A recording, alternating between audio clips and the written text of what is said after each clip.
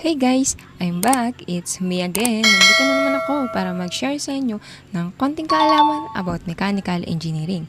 Sa video na to, ituturo ko sa inyo yung mga most commonly used na 3D basic commands na ginagamit natin sa pagdodrawing.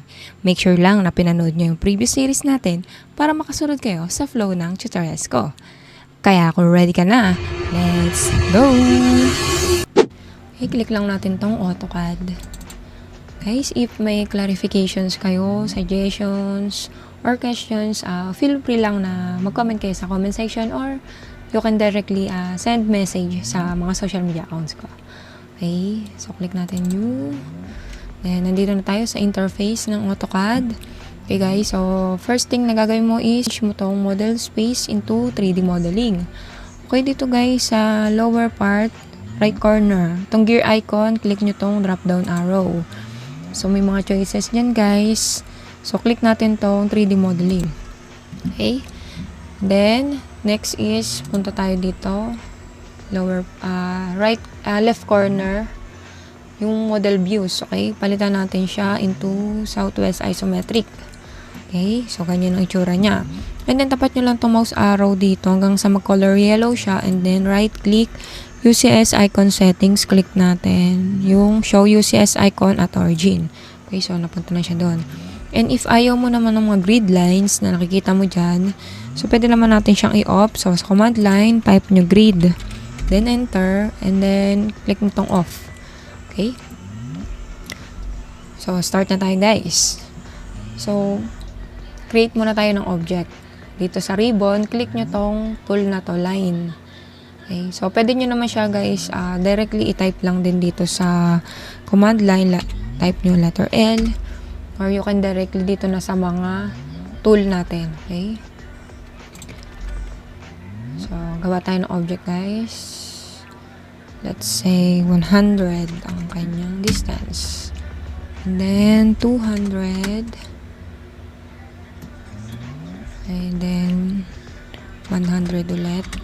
So, lagyan natin ng konting design. So, let's say 50. And then, down by 50 again.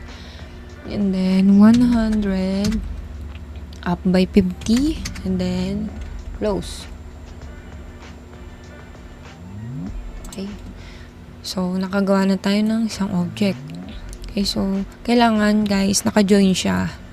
So, paano? I-highlight muna natin siya lahat. And then, sa command line, okay, type nyo guys is join. Then enter. Okay, as you can see, naka-join na siya. Okay, punta tayo dito sa may ribbon. Nakita nyo tong tool na extrude. Click nyo lang siya. Then click nyo tong object na dinrawing natin. And then enter. Okay guys, so as you can see, nakagawa na tayo ng extruded object. Okay, so let's say 180 ang kanyang width. Okay, so para mas ma-appreciate, palitan natin tong visual styles with shaded with edges. So, yun guys. So, another example. Click ulit natin tong line. Click na sa screen. Okay. And then, highlight. Then, type natin is join. Enter. Okay. So, naka-join na siya. Click ulit natin tong extrude. And then, click ang object. And then, enter. So, yan. So, meron na tayo ulit extruded na surface. So, lagay lang natin to sa baba guys. Move natin.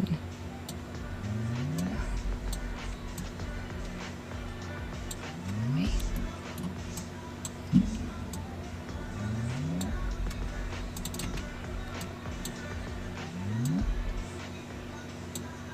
Okay. Ayaw niya ma-move. Gusto niya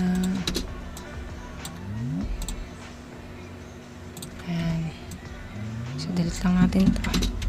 Guys, so na-move na natin. Next naman na command natin is loft. Okay? So, gagawa tayo ng circle. Tatlong circle. Okay?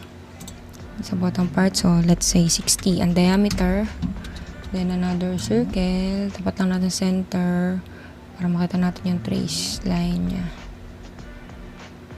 Okay? So, dito. 120 diameter.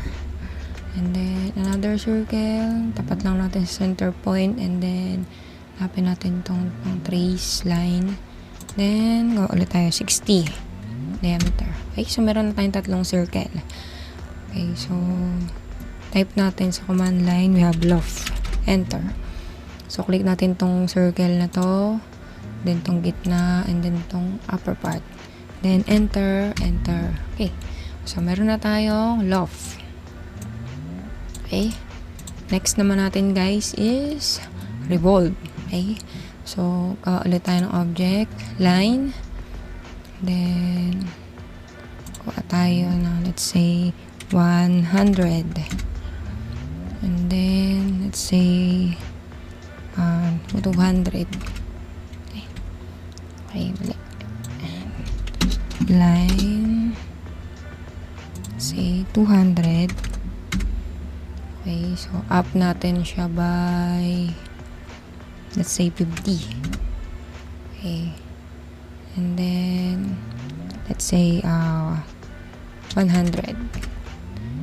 Then, up natin siya by, so, tingnan natin yung trace point niya. Ayan, okay. Click natin and then, close. Okay, so may object na tayo. Again, highlight, then join. Enter. Okay.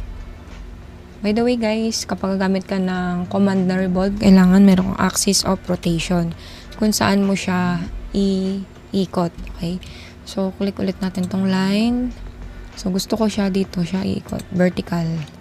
Okay. So, ito yung axis of rotation niya. Okay. So, punta ulit tayo dito sa tool. May drop down arrow dito sa extrude. Click lang natin. Click natin tong revolve. Okay. Then, click natin tong object na dinrawing natin and then enter. Next one is, itong nilagay natin na axis of rotation. Click nyo lang yung endpoint niya. And then, yung isa pa niyang endpoint. Okay. Ayan. So, as you can see, umikot na siya doon, guys. So, depende sa inyo kung anong degree. So, let's say, lagay natin 250.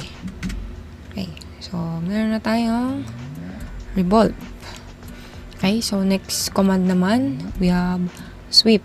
Okay, so again, gawa ulit tayo ng line. So, let's say, lagay natin is 300 distance and then, say, 350 distance. Okay? Again, highlight natin and then, join. Okay? So, may object na tayo. Then, again, gawa tayo ng circle. Ito.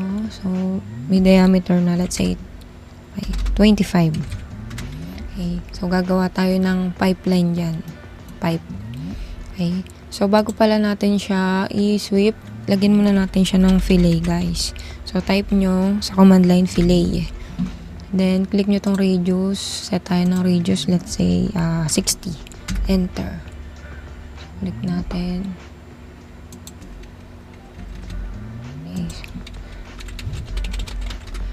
Okay, so explode muna natin siya guys para ma-fillet natin. Again, type ulit natin yung fillet. Radius 60. Then, yan. Okay, so as you can see, naka-fillet na siya. And then, i-join ulit natin siya guys. Okay, so type natin sa command line, join, then enter. Okay. So, sweep na natin. So, ulit tayo dito guys sa may ribbon. Tong revolve, meron siyang drop down arrow. Click lang natin and then click nyo tong sweep. Okay, so click natin tong circle. Enter. And click natin tong ayan, okay. Line. Click. Okay. So, ayan. Nakagawa na tayo ng pipe. Guys, so ito yung ilan lang sa mga basic 3D commands natin na talagang dapat alam nyo and most commonly used talaga to sa pagdodrawing natin. Okay guys, that's all for today's tutorial and hopefully nakasunod kayo sa tutorial natin for today.